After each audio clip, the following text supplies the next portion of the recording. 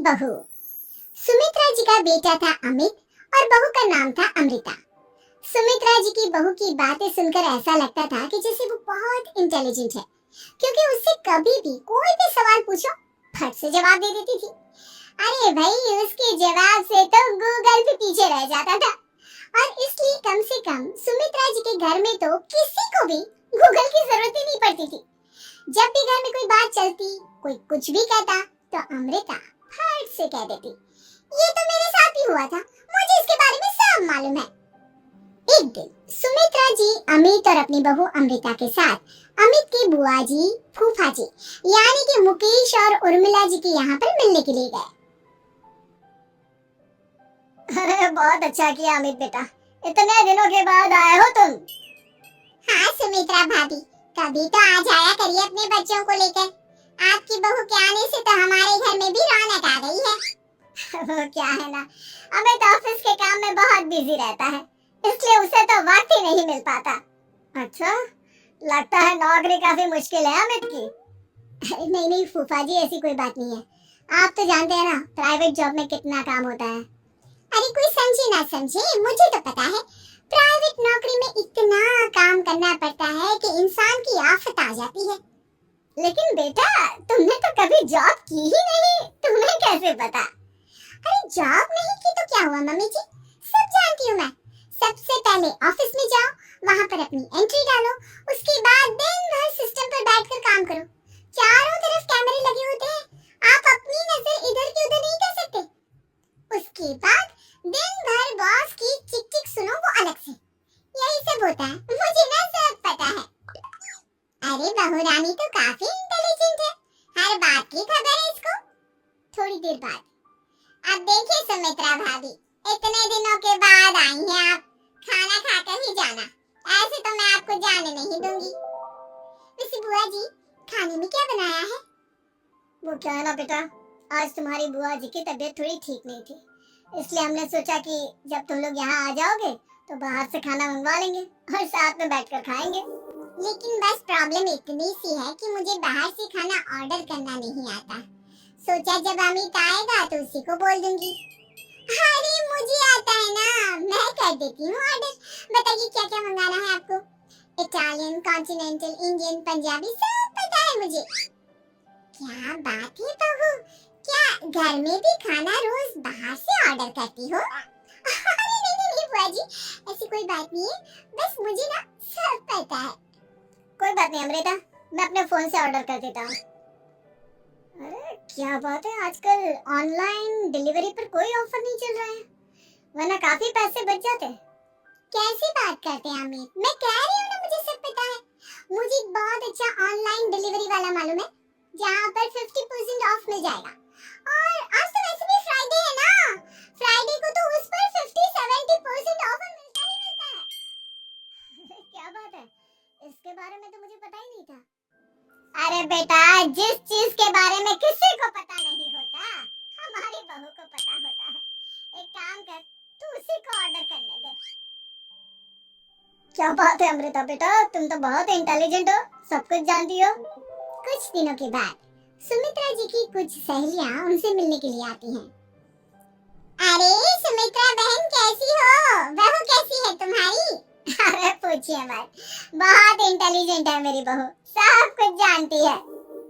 क्या बात है, बहू के आने के बाद तो औरतें दुखी हो जाती है, लेकिन तुम तो बहुत खुश लग रही हो। वो क्या है ना, मेरी बहू है ही इतनी अच्छी। अरे तो बुलाओ ना, हमारे साथ बैठेगी, बातें करेंगी तो हमें भी अच्छा लगेगा। सुमित्रा जी अमृता को बाहर बुलाती हैं और उसके बाद सब लोग बातें करने लगते हैं। क्या बताऊं, कुछ दिनों से घुटनों में इतना दर्द हो रहा है कि चला भी नहीं जाता। अब बुढ़ापे में तो ये सब चलता ही रहता है, क्या कर सकते हैं। आंटी जी आप योगा करिए, योगा और साथ में ना काले तिल खाया करिए, आपके घुटनों का दर्द भाग जाएगा। लेकिन तुमको ये सब कैसे पता बेटा? अरे मेरे भी घुटनों में दर्द होने लगा था, मैंने योगा किया और काले तिल के साथ गुड़ मिलाकर उनके लड्डू बनाकर खाए, एकदम ठीक हो गए मेरे पैर। अमृता, ये तुम क्या कह रही हो, इतनी कम उम्र में तुम्हारे पैरों में दर्द कैसे हो सकता है? अरे मम्मी जी सच कह रही हूँ,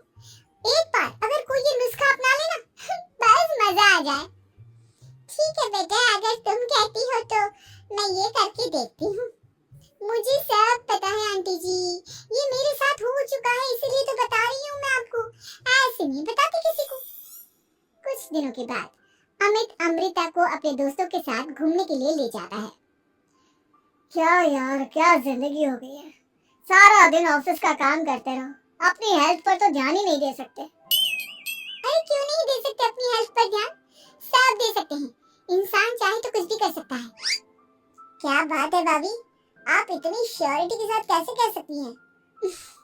अरे आजकल ना एक से एक एप्लीकेशन है मार्केट में, और जानते हैं उसमें कुछ एक्सरसाइज तो ऐसी बताते हैं जिन्हें आप अपने ऑफिस में बैठे बैठे, मेरा मतलब लैपटॉप पर काम करते करते भी कर सकते हैं।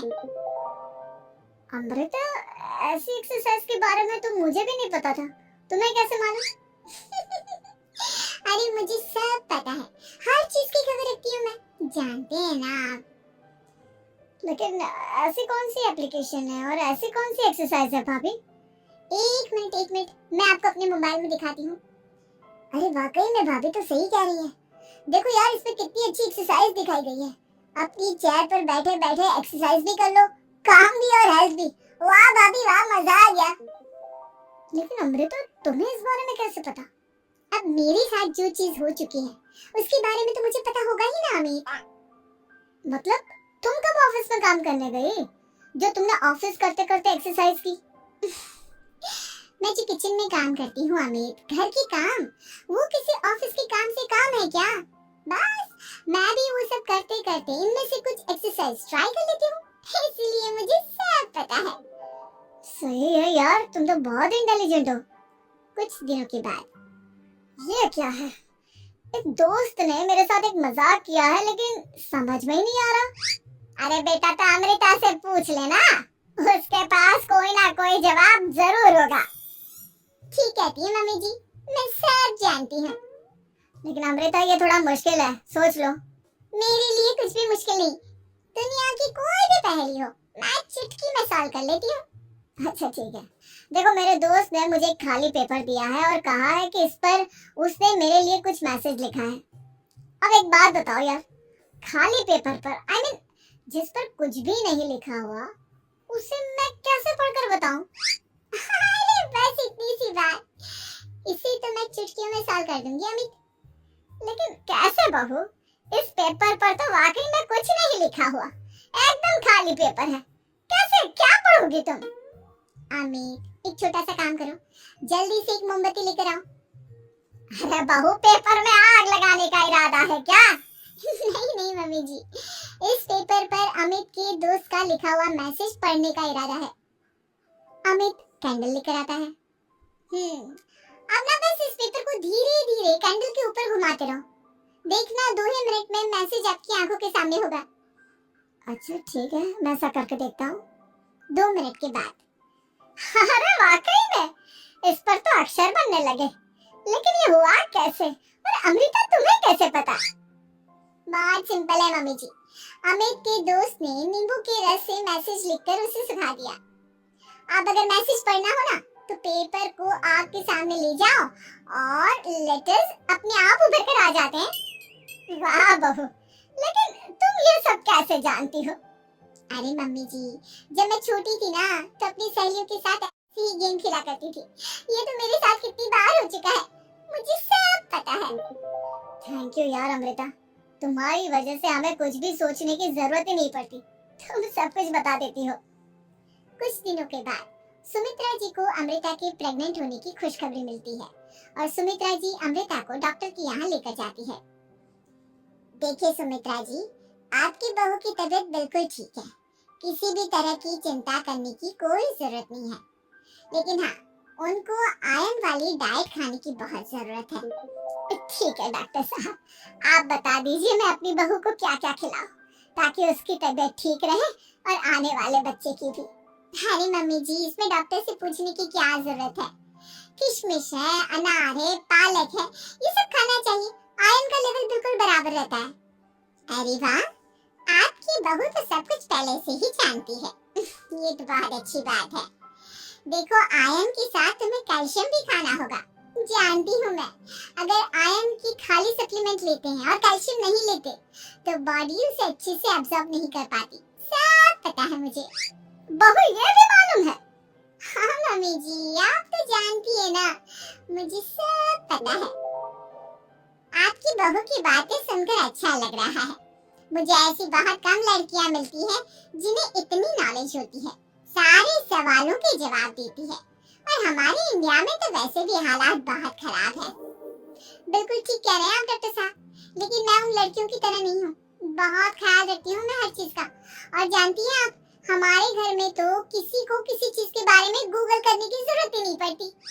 बिल्कुल ठीक कह रही है अमृता, अरे कुछ भी पूछ लो इसे सब पता होता है। अरे वाह, तुम तो बड़ी कमाल की लड़की हो। चलो ये तो बहुत अच्छी बात है, लेकिन फिर भी डॉक्टर की सलाह पर पूरा ध्यान देना चाहिए। वैसे क्या चाहिए तुम्हें, बेटा या बेटी? अरे डॉक्टर साहब, कुछ भी हो जाए, बस बच्चा अच्छे से हो जाना चाहिए। मुझे तो दोनों में से किसी से कोई भी परेशानी नहीं। और सुमित्रा जी आप?